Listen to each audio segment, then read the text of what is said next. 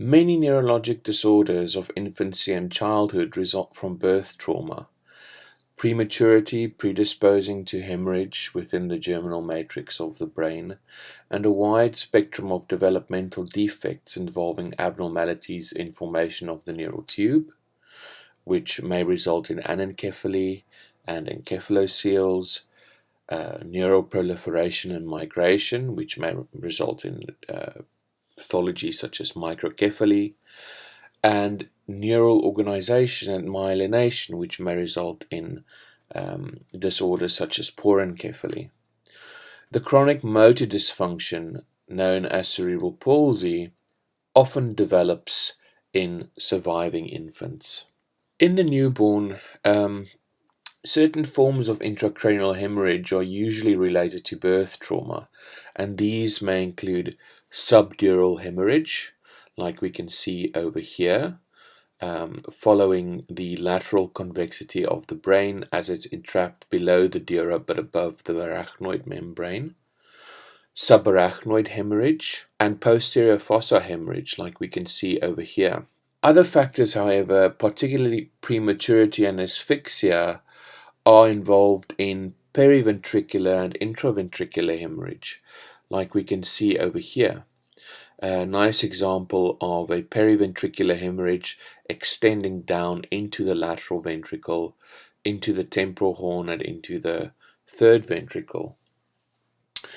These periventricular and intraventricular hemorrhages originate in the germinal matrix and occur with increasing frequency in relation to the degree of prematurity of the infant. So the more premature the infant, the greater the chance of a periventricular or intraventricular hemorrhage. Such bleeds causes a high mortality rate, and so the surviving infants often go on to develop cerebral palsy. The time onset of prenatal injury predicts the type of maldevelopment and resultant prenatal encephalopathy, characterized by deficits in the formation of the neural tubes, as it were, in the first trimester, neuronal proliferation and migration in the second trimester, and neural organization and myelination in the third trimester. Defects in neural tube formation in the first trimester can result in pathology such as anencephaly. So here we can see an illustration of a little one with anencephaly. We see the well-developed viscerocranium of the face, but the almost absent development of the neurocranium, which would contain the brain. Encephalocele or holoprosencephaly, the latter characterized by a single ventricle with defective olfactory and optic systems and impairment of the caudal closure, results in meningomyelocele. During the phase of neuronal proliferation, a decrease in number of neurons leads to microcephaly, in which the brain and therefore the head is small, whereas an increase, or at least an abnormal increase, results in megalencephaly, where the head and the brain is abnormally large. With defective neuronal migration, gyral formation doesn't occur normally, resulting in disorders such as lissencephaly, which we can see here, in which the brain is completely smooth, void of the normal gyration and sulcation pattern, or other pathologies such as agenesis of the corpus callosum or polymicrogyria, where we can see here there's abundance of small abnormally formed gyri. Spinal dysraphism includes several conditions characterized by congenital failure or fusion of the midline structures of the spinal column. The resultant clinical spectrum ranges from asymptomatic bony abnormalities such as spina bifida occulta, where you can see over here it's the complete fusion of the vertebral arch posteriorly that is not completely normal, We also find on the other side of the spectrum the severe and disabling malformations of the spinal column and spinal cord, for instance, the meningomyelocele, where you literally have part of the spinal cord herniating outside of the vertebral column. Lesions in the lumbosacral region and higher may produce paraplegia, loss of bowel and bladder control, and hydrocephalus develops in approximately 90% of cases. The hydrocephalus is related to a congenital deformity of the hindbrain known as Arnold-Chiari malformation, in which the posterior fossa structures are downwardly displaced into the spinal canal. So here we can see the posterior view of a patient with Arnold-Chiari, and the occipital bone has been removed. We can see here the two cerebellar hemispheres in the posterior fossa, but we can see the tonsils of the cerebellum are projecting much further down below the level of the foramen magnum into the spinal canal, crowding the foramen magnum and the superior aspect of the spinal canal.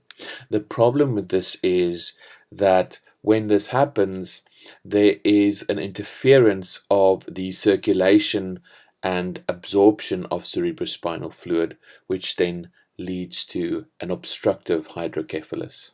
Hydrocephalus, characterized by enlargement of the ventricles of the brain, results from increased formation or decreased absorption of cerebrospinal fluid. This is known as communicating hydrocephalus, or from blockage of one of the normal outflow pathways of the ventricular system, known as obstructive hydrocephalus. So obstructive hydrocephalus often results from either a congenital stenosis of the cerebral aqueduct.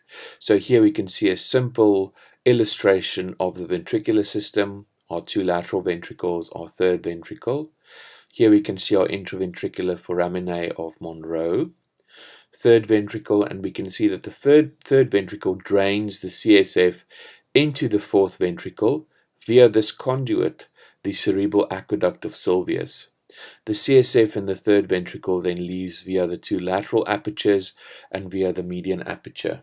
So the obstructive hydrocephalus can therefore result from either a congenital stenosis of the cerebral aqueduct of Sylvius.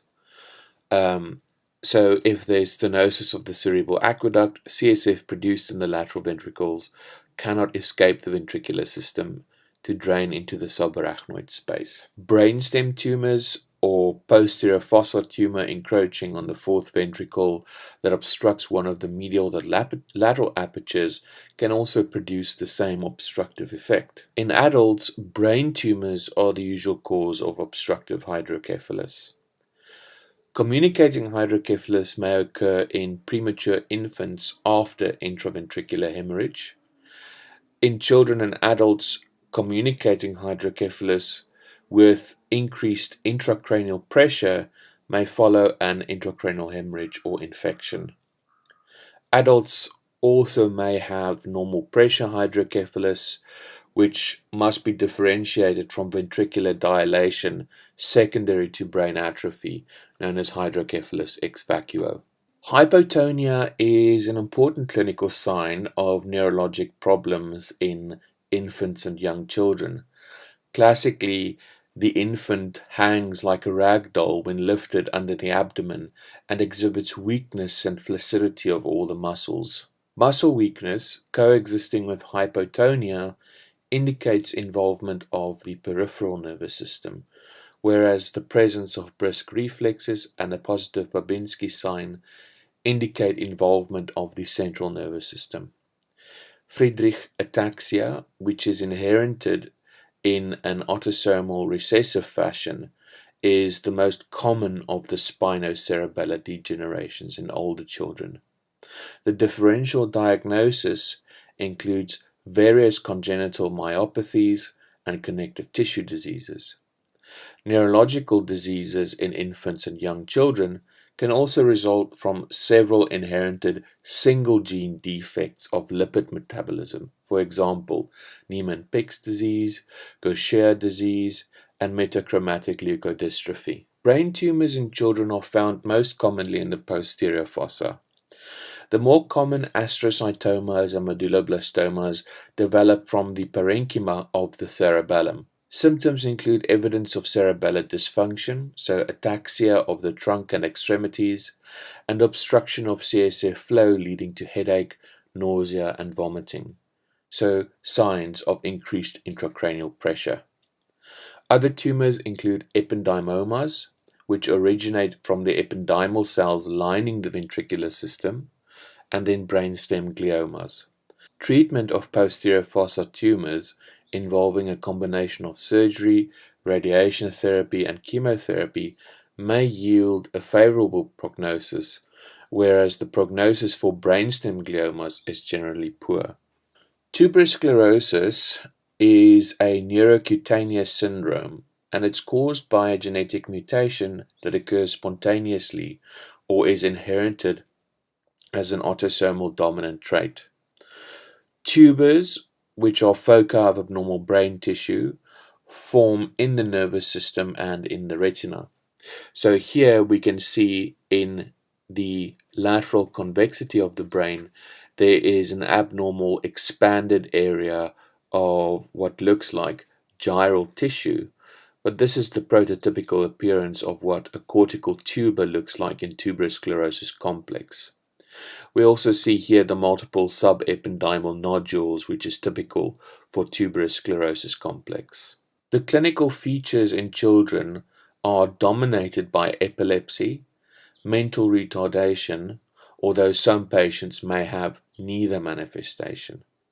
Cutaneous manifestations include adenoma sebaceum, deep pigmented nevi, a shagreen patch in the lumbar area, and subungual fibromas.